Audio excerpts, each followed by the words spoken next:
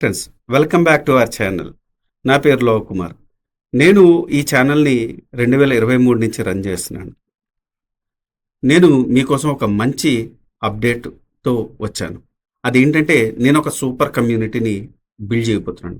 మీలాంటి వారు social media use చేసుకొని మనీ ఎలా ఎర్న్ చేయాలి, అలాగే ఏఐ ఉపయోగించుకొని వేరే డిజిటల్ ప్రొడక్ట్స్ ఎలా క్రియేట్ చేసుకోవాలి అని నేర్చుకునే ప్లాట్ఫామే ఇది. ఈ కమ్యూనిటీలో content creation, automation, monetisation, passive income గురించి నేను కొన్ని టిప్స్ అండ్ ట్రిక్స్ యూస్ చేసుకొని చెప్పబోతాను. సో ఎవరికైనా ఇంట్రెస్ట్ ఉంటే డిస్క్రిప్షన్లో ఉన్న నా వాట్సాప్ గ్రూప్ లింక్ మీద క్లిక్ చేసుకొని నా వాట్సాప్ గ్రూప్లో జాయిన్ అవ్వండి. So upcoming events and Zoom sessions అన్నది నేను అందరూ అప్డేట్ చేస్తాను. Thank you. Welcome back to Mahabharata series episode number 152. ఇప్పుడు వరకు జరిగిన కథ ఏంటంటే, కురుక్షేత్ర యుద్ధం మొదలైంది. భీష్ముడు మొదటి రోజు వీర విహారం చేశాడు. పాండవులను దునుమాడాడు. యుద్ధం ముగిసిన తర్వాత ధర్మరాజు సందేహంలో పడిపోయాడు. ఆ తర్వాత కృష్ణుడు ఊరడించి తర్వాత వ్యూహాన్ని పన్నమని అభ్యర్థించాడు. ధృష్టద్యుమ్నుడు కౌంచ వ్యూహం పన్నాడు. ఆ తర్వాత ఏం జరిగిందో, రెండవ రోజు ఎలా జరిగిందన్నది ఈ వీడియోలో చెప్పబోతున్నాను. So let's get into the video. ఆ ప్రకారం రెండవ రోజు యుద్ధం ఆరంభమైంది. దుర్యోధనుడు తన చేతిని ఊపుతూ యుద్ధం చెయ్యండి తన సేనలను పురికొల్పాడు. కౌరవ సైన్యము పాండవ సైన్యముతో తలపడింది. భీష్ముడు పాండవులు పన్నిన క్రౌంచ వ్యూహాన్ని చెండాడాడు. రెక్కలు చించాడు, కంఠము తుంచాడు, తల పగలకుట్టాడు. క్రౌంచ వ్యూహమును కకావికలం చేశాడు. అన్ని దిశల తానే అయి విజృంభించాడు భీష్ముడు. అది చూసి అర్జునుడు కృష్ణుడితో ఇలా అన్నాడు: బావా, భీష్ముడు మన సేనలను చిందరవందర చేస్తున్నాడు. నాపై రావడం లేదు. ఇతని పటోటాపము అనచాలి. ముందు రథము భీష్ముడి మీదకు నడుపుము అని అన్నాడు. అర్జున, నీ మాటల ప్రకారం రథం నడుపుతాను, కానీ నా మాట కూడా విను. కంగారు పడకు. నీ పరాక్రమంతో శౌర్యంతో భీష్ముడి సమర్థంగా ఎదుర్చగలవు. పక్కనే ఉన్న శల్యుడు మొదలగు కురుసేనలకు భయం కలిగించు అంటూ కృష్ణుడు తన రథమును భీష్ముడి మీదకు నడిపాడు. అర్జునుడు తనకు అడ్డం వచ్చిన సురసేనుడు సైన్యములను తన బాణాలతో చిందరవందర చేశాడు. గాంగేయుని మీదకు అత్యంత పరాక్రమంతో ఉరికాడు. అది చూసి గాంగేయుడు 77 క్రూరమైన బాణములతో అర్జునుడిని నొప్పించాడు. వెంటనే ద్రోణుడు 25 బాణాలతోనూ, కృపాచార్యుడు 500 బాణాలతోనూ, వికర్ణుడు 3 బాణాలతోనూ, శల్యుడు 9 బాణాలతోనూ, దుర్యోధనుడు 64 బాణాలతోనూ అర్జునుడి మీదకు లంఘించారు. కొండ మీద వర్షం కురిసినట్టు కురియుచున్న ఆ బాణ పరంపరను చూసి అర్జునుడు సుస్థిరముగా నిలిచాడు. 20 బాణాలతో భీష్ముడిని, 60 బాణాలతో ద్రోణుణ్ణి, 9 బాణాలతో కృపుణ్ణి, వికర్ణుణ్ణి, శల్యుణ్ణి, 3 బాణాలతో దుర్యోధనుని, 5 క్రూరమైన బాణాలతో అర్జునుడు నొప్పించాడు. ఆ సమయంలో సాత్యకి మత్స్యరాజైన విరాటుడు, ధృష్టద్యుమ్నుడు, ఉపపాండవులు, అభిమన్యుడు అక్కడకు చేరుకున్నారు. భీష్ముడికి తోడుగా వచ్చిన యోధులందరి మీదకు ఒక్కమారుగా దాడి చేశారు. అప్పుడు భీష్ముడు 50 పదునైన బాణములను ఒక్కసారిగా అర్జునుడి మీదకు వదిలాడు. ఆ బాణములను ఇసుమంతైనా లక్ష్య పెట్టకుండా అర్జునుడు కౌరవసేనల మీద సరవర్షం కురిపించాడు. ఆ దెబ్బకు కౌరవసేన పారిపోయారు. అర్జునుడు వారిని తరిమి కొట్టాడు. అర్జునుడు తన రథమును కౌరవ సైన్యము మీదకు నడిపించి వారిని విచక్షణారహితంగా రధికులను, సూతులను నరికాడు. అర్జునుడి పరాక్రమానికి కౌరవసేన భయపడి పారిపోయారు. అప్పుడు సుయోధనుడు భీష్ముడి వద్దకు వచ్చి ఇలా అన్నాడు: పితామహ, చూస్తున్నారుగా అర్జునుడి ప్రతాపము. మన సేనలను విచక్షణారహితంగా చంపుతున్నాడు. మరి మీకు ఇది బాగుందా? అర్జునుడిని సమర్థవంతంగా ఎదుర్కొనజాలిన కర్ణుడు కూడా యుద్ధానికి రాకుండా చేశారు. మీరేమో ఏం చెయ్యడం లేదు, ఏమిటో అని నిట్టూర్చాడు.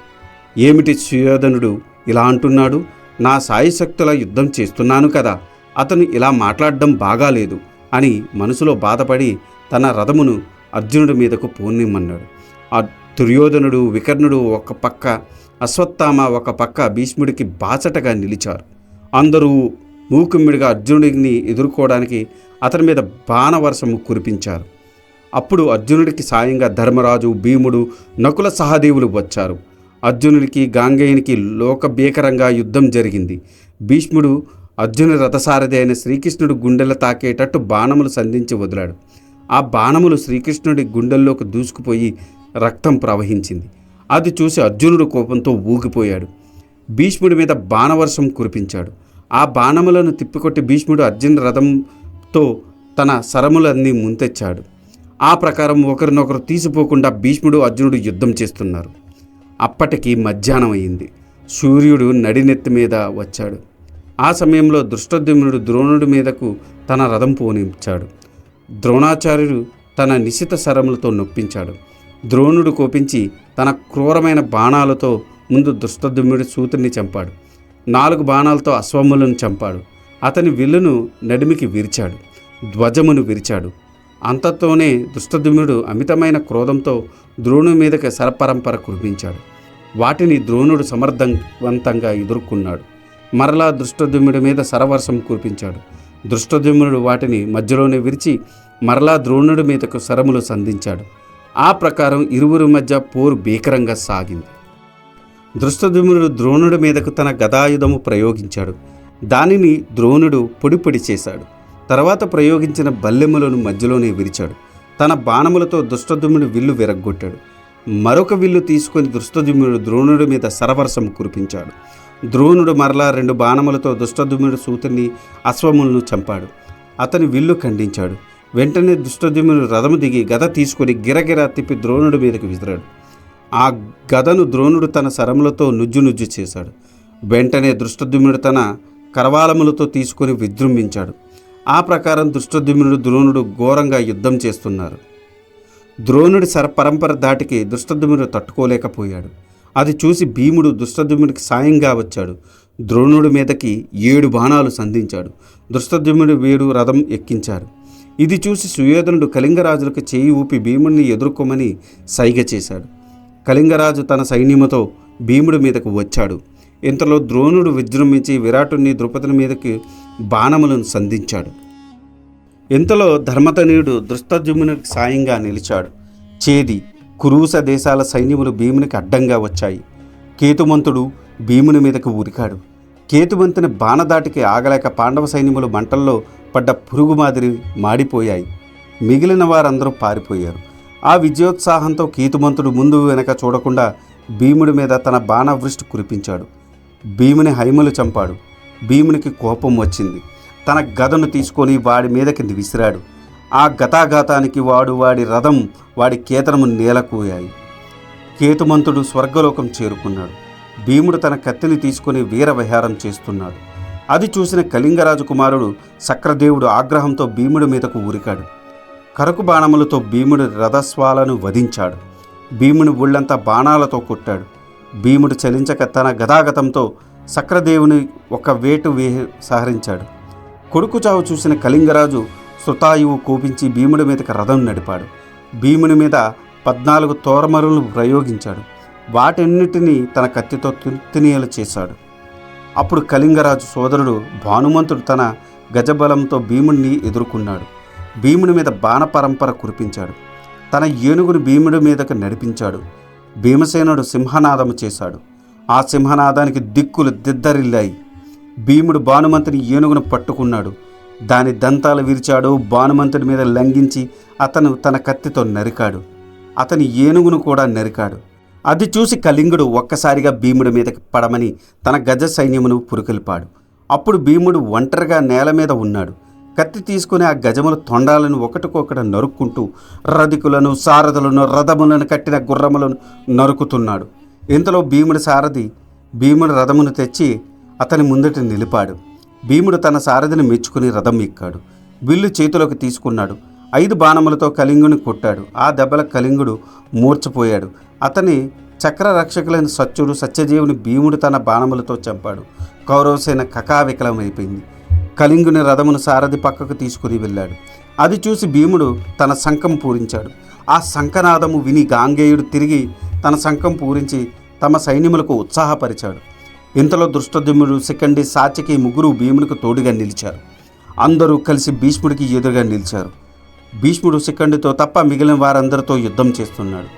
భీష్ముడు భీముడిని రథమును కట్టిన గుర్రములను చంపాడు. అంతటా కోపించిన భీముడు తన గద తీసుకుని రథము దిగి భీష్ముడి మీదకు ఉరికాడు. వెంటనే సాత్యకి భీమునికి అడ్డంగా వచ్చి తన బాణములతో భీష్ముడి రథసారథిని చంపాడు. సారథి లేని గుర్రములు భీష్ముడి రథమును లాక్కొని ఎటో వెళ్ళిపోయాయి. అదే అదునుగా భీముడు కౌరవ సైన్యమును తన గదంతో తుడుమలాడాడు. భీముడి దాటికి తట్టుకోలేక కౌరవ సైన్యములు పారిపోయాయి. దృష్టద్యుమ్నుడు భీముడి తన రథం మీద ఎక్కించుకున్నాడు. ఇంతలో సాత్యకి తన రథము తీసుకొని వచ్చాడు. భీమసేన, ఒంటరిగా కళింగ బలమును అణిచావు. అతని పుత్రులను, సోదరులను, ఆప్తులను, సైన్యమును ఒంటి చేతితో ఓడించావు. సాత్యకి భీమసేనుడిని ప్రశంసించాడు. కళింగరాజు పరాజయమును పరికించిన శల్యుడు, కృపుడు, అశ్వత్థామ అక్కడకు రావడం చూసి దృష్టద్యుమ్నుడు భీముడికి తన రథము నుండి దించాడు. భీమసేన, నీవు నా వెనక ఉండి నన్ను రక్షించు అని వారి వైపు తన రథము నడిపాడు. అశ్వత్థామ రథమునకు కట్టిన అశ్వములను పడి బాణములతో చంపాడు. అశ్వత్థామ శల్యుని రథం ఎక్కాడు. దృష్టద్యుమ్నుడి మీదకి అస్త్రములు ప్రయోగించాడు.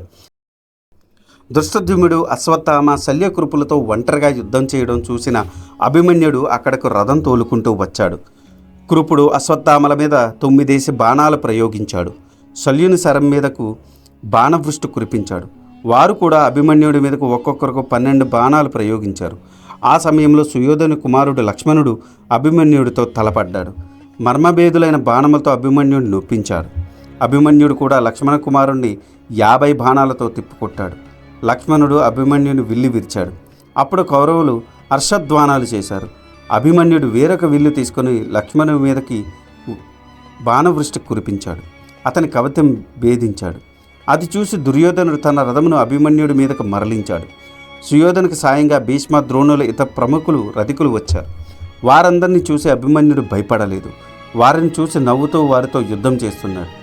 ఈ సమయమున అర్జునుడు తన దేవదత్తము పూరించుచు భీష్మ, ద్రోణుల మీదకి సరవర్షం కురిపించుచు అభిమన్యుడికి సాయంగా వచ్చాడు. ఇది చూసి యుధిష్ఠిరుడు తన సేనకులను చూసి సైగ చేసి అక్కడికి వెళ్ళమన్నాడు. పాండవ సేన మూకుముడిగా అక్కడకు చేరుకుంది. అర్జునుడు తన వివిధ బాణములతో కౌరవ సేనను తుత్తునీయులు చేస్తున్నాడు. అర్జునుడి బాణములు ఆకాశమంతా కప్పాయి. విరిగిన శరములతో, కరములతో, గదలతో, తలలతో, మొండాలతో ఆ యుద్ధభూమి భయంకరంగా ఉంది. గజములను నడుపుతున్న వీరులు తమకు ఎవరు అడ్డంగా వచ్చినా లెక్క చెయ్యకుండా వారిని తొక్కుకుంటూ వీరవిహారం చేస్తున్నారు. శ్రీకృష్ణుడు, అర్జునుడు తమ తమ శంఖములు, పాంచజన్య, దేవదత్తములు పూరించారు. అప్పుడు భీష్ముడు ద్రోణుడు చూసి, ఆచార్య, ఈరోజు అర్జునుడు శ్రీకృష్ణుడి సారథ్యంలో చెలరేగిపోయాడు. అతన్ని ఎదుర్కొనే వీరుడు కనిపించడం లేదు. నన్ను కూడా లెక్క చేయలేదు. మన సేనలు కూడా బాగా అలసిపోయి ఉన్నాయి. సూర్యుడు పశ్చిమాద్రి చేరుకున్నాడు. ఈ రోజుకు యుద్ధం చాలించడం మంచిది అన్నాడు. ద్రోణుడు కూడా అందుకు అంగీకరించాడు. యుద్ధం ఆపమని తమ వారికి సూచించాడు. ఇరుపక్షములు యుద్ధం ఆ రోజుకు చాలించారు. తమ తమ స్కందవరాలకు చేరుకున్నారు. ఇది ఈనాటి వీడియో. ఆ తర్వాత ఏం జరిగిందో తెలుసుకోవాలనుకుంటే మీరు నా నెక్స్ట్ వీడియో కోసం వెయిట్ చేయాల్సిందే. దానికన్నా ముందు నాదొక చిన్న రిక్వెస్ట్. నేను చేసే ఈ మహాభారత సిరీస్ వ్యాస భారతం నుండి కవిత్రయం అంటే నన్నయ్య గారు, తిక్కన గారు, ఎర్రప్రగడ గారు తెలుగులోకి అనువదించారు. అదే ఈ మహాభారతాన్ని నేను మీకు యథాతథంగా అందించాలనే సదుద్దేశంతో ఈ వీడియోలు చేస్తున్నాను. ఏ జనరేటెడ్ ఇమేజెస్తో వీడియోస్ చేయడం కొంచెం కష్టతరమైన విషయం అయినప్పటికీ మన సనాతన ధర్మంలో ఉన్న మంచిని చెప్పాలనే ఉద్దేశంతో పూర్తి కథని ఈ వీడియోల రూపంలో అందించడం జరుగుతుంది. అందుకని మీలాంటి వారి సపోర్ట్ నాకెంతో ముఖ్యం. మీరు నన్ను సపోర్ట్ చేయాలనుకుంటే జస్ట్ మీ అభిప్రాయాన్ని కమెంట్ల రూపంలో తెలియచేస్తూ, లైక్ చేస్తూ, 10 మందికి షేర్ చేస్తూ మన ధర్మాన్ని 10 మందికి అందేలా చేయాలని కోరుకుంటున్నాను. ఈ వీడియో కనుక మీకు నచ్చితే do like, share and subscribe. Thanks for watching. జై సనాతన ధర్మం.